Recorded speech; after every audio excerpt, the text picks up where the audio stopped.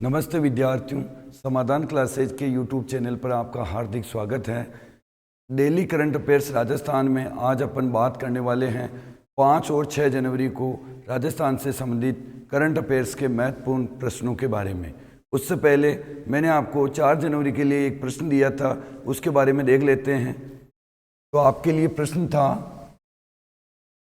19वीं राष्ट्रीय युवा एथलेटिक में राजस्थान के किस खिलाड़ी ने लड़कों की भाला फेंक स्पर्धा में प्रथम स्थान प्राप्त किया, जो कि संस्कृत शिक्षा विभाग की सेकंड ग्रेड 2024 का प्रश्न था।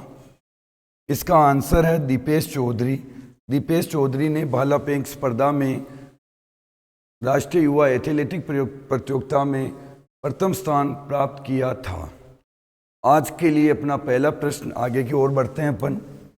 आज का अपना पहला प्रश्न है, केंद्रीय अल्पसंख्यक और संसदीय कार्य मंत्री जिन्होंने 813वें ख्वाजा साहब का उर्स अजमेर में पड़ता है, मैंने इसके बारे में पहले भी चर्चा की थी आपसे, उसके मौके पर प्रधानमंत्री मोदी की चादर पेश की, वो कौन, उनका नाम क्या है? केंद्रीय जो अल्पसंख्यक मामलात मंत्री है उनका नाम पूछा है इस प्रश्न में। बहुत अच्छा प्रश्न है, चर्चा में है। उर्स 813वां नंबर का चल रहा है अभी उर्स।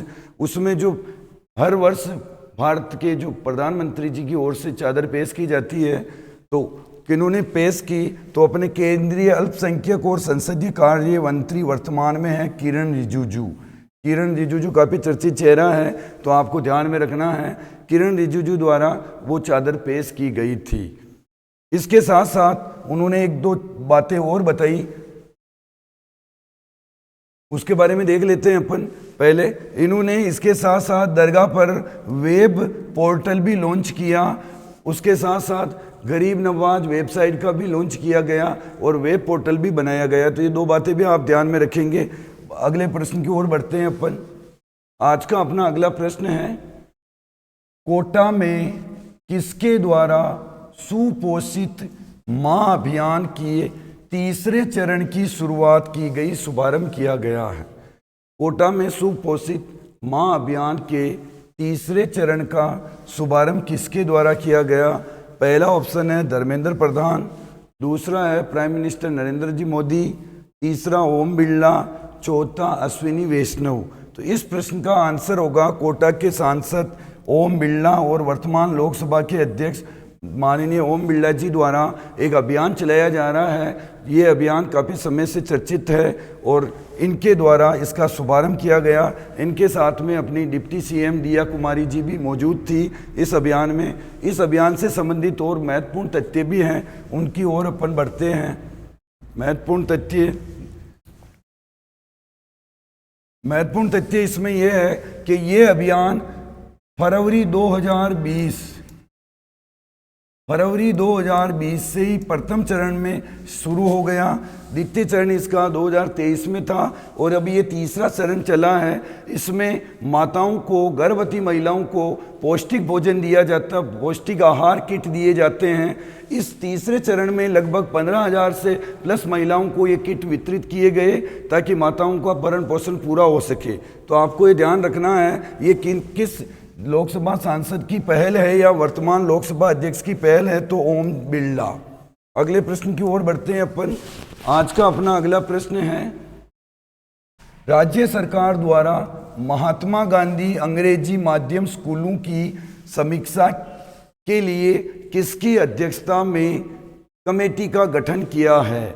फिर से एक और कमेटी का गठन हुआ है।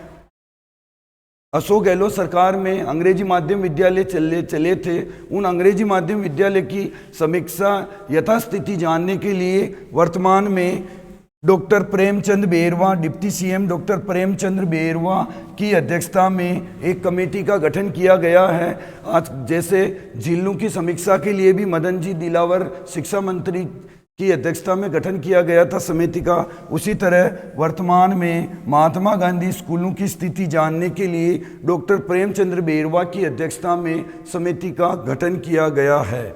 अगले प्रश्न की ओर बढ़ते हैं अपन। आज का अपना अगला प्रश्न बहुत अच्छा प्रश्न है।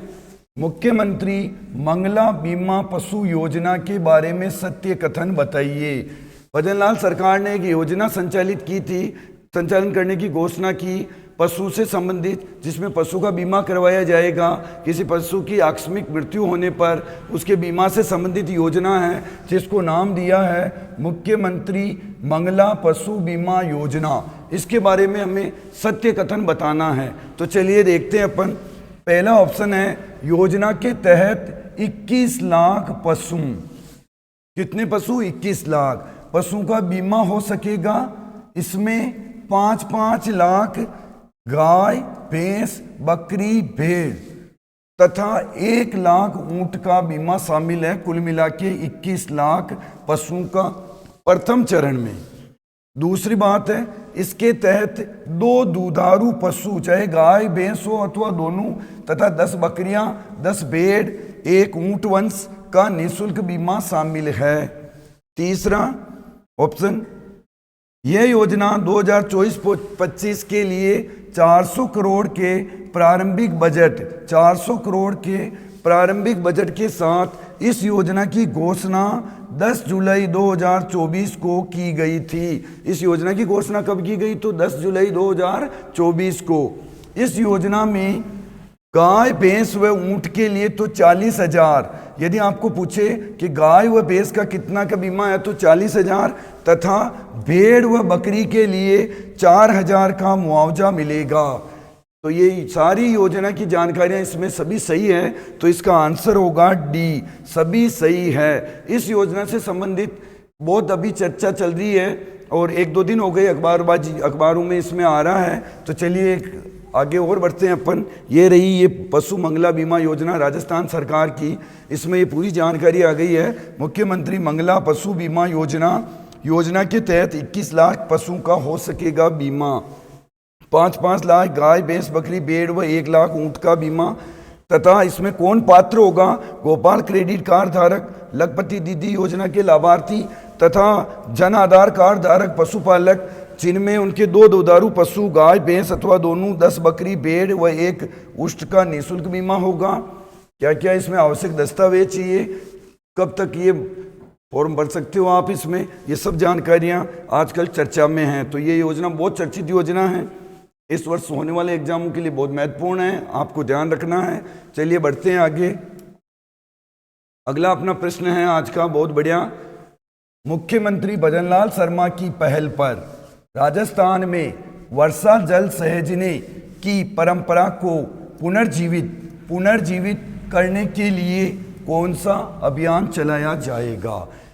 जल संकट से जूझ रहा है राजस्थान, पूरा भारत ही जूझ रहा है। तो जो भी ये बारिश का जल उसको संचयन करना, उसको इकट्ठा करना, प्रधानमंत्री नरेंद्र मोदी जी की भी पहल रही है कि भाई कैसे बारिश के जल को अपन संरक्षित कर सकते हैं। उन्हीं को ध्यान में रखते हुए केंद्रीय जल शक्ति मंत्री CR पाटिल ने की पहल पर सूरत से ही अभियान शुरू हुआ है। उसी को ध्यान में रखते हुए हमारे CM भजनलाल शर्मा के द्वारा भी राजस्थान में इसको बढ़ावा देने के लिए एक अभियान चलाया है हाल ही में, ताकि बारिश का और वेस्टेज जल का उपयोग हो सके। उस अभियान को क्या नाम दिया है? क्या जल संचयन अभियान नाम दिया है, जल बचाओ अभियान नाम दिया है, जल शक्ति योजना दी है नाम? तो आज इसका आंसर होगा डी। उन्होंने इस अभियान का नाम दिया है कर्म भूमि से मातृभूमि अभियान। कर्म भूमि से मातृभूमि अभियान भजनलाल शर्मा की पहल पर जल संचयन, पुरानी जल तकनीकों को पुनर्जीवित करने के लिए इस अभियान की शुरुआत की है। बहुत अच्छा प्रश्न है, इसका आंसर ध्यान में रखिएगा। आज के लिए आपका प्रश्न, आज का प्रश्न, इसको आपको कमेंट बॉक्स में आंसर देना है। भारत में राष्ट्रीय खेल दिवस कब मनाया जाता है? अभी चर्चित है क्योंकि अपने मोना अग्रवाल को अर्जुन अवार्ड देने की घोषणा की गई है। साथ ही 4 खिलाड़ियों को खेल रत्न पुरस्कार देने की घोषणा की है। तो ये खेल रत्न पुरस्कार इसी क्वेश्चन पे आधारित है। तो ये 23 अगस्त को मनाया जाता है, 25 अगस्त को मनाया जाता है, 21 अगस्त को या 29 अगस्त को? इसके बारे में आप कमेंट बॉक्स में आंसर दीजिएगा और बाकी बात अपन अगली क्लास में करेंगे। आज के लिए इतना ही, धन्यवाद।